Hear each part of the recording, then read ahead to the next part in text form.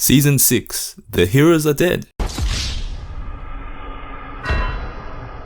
Which makes the show a whole lot better. Okay, hear me out. When My Hero Academia began, it was the most hype thing out there in the anime and manga world, on par with the hype that AOT Season 1 brought. People who didn't even watch anime knew about it and gave it a go. Heck, some of them even became anime fans. But as things slowed down considerably with the My Hero Academia anime releases, the more snobbish fans, hi that's me, I'm the snob, realized that the writing and story just wasn't all that great. There are many flaws with the story and writing, such as the oversaturation of characters and too many goddamn training arcs. But that's not the point of the video today. The point of this video is to demonstrate how the end of Season 5 to Season 6 brought a darker and more grittier tone to the series through suspense and high stakes. What do I mean by this? To me, My Hero Academia has always had the problem of having any real stakes or suspense during battles or conflicts. I mean, in order to create actual agency in your stakes, a series must adhere to consequences of actions taken in the series. For example, when a villain fights with a hero, your series has to have some suspense as well to keep the audience intrigued. But because of how the author has set up things from the beginning,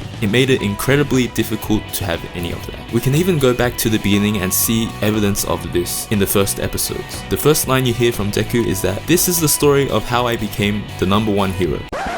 Okay, first of all, I need to get this out of the way. Can you not spoil the show for 1 second, Deku? And second of all, it completely killed the suspense of if he was gonna achieve his dream or not, or if he was gonna die, because we know he didn't die and he became the #1 hero and is narrating all of this. So this is just one of the many things that killed the suspense of the series throughout the seasons. So you know the times where the villain association attacked the school while they were training? There was some suspense in the beginning, but each time they fought, the heroes would always prevail with not much lost. Okay, maybe some heroes were injured here and there, but that was the max collateral of all of the fights. Every villain Deku has gone up against has lost to him during the earlier seasons, and while there were some repercussions on his body being damaged each time he used his full powers, there honestly weren't any huge stakes at all. Deku would recover each time he injured himself with his powers, despite Recovery Girl telling him to refrain from using it. So Deku goes and breaks his arms the first time, and Recovery Girl is like,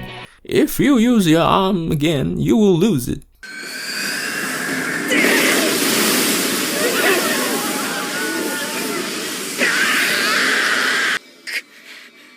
Okay, the next time you use your arms, you'll definitely lose it.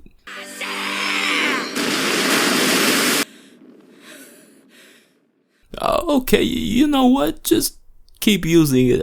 I don't care anymore. Fucking plot armor. Sure, you can argue that he learned to control it during the training arc to output less as to not harm his body, but in dire situations, he uses it again in Season 5 against Shigaraki. But we all know full well that he would recover, and at most, he would have scars on his arms. But to me, that's just an illusion of consequences and stakes. If he actually lost one of his arms, then I'd be like, okay, damn, shit's getting real. Okay, anything can happen now. So in the latter half of Season 5 to Season 6, we see a shift in power between the heroes and villains. The villains have formed new powerful allies and tipped the tides, leading to what is the most important thing for the series as a whole.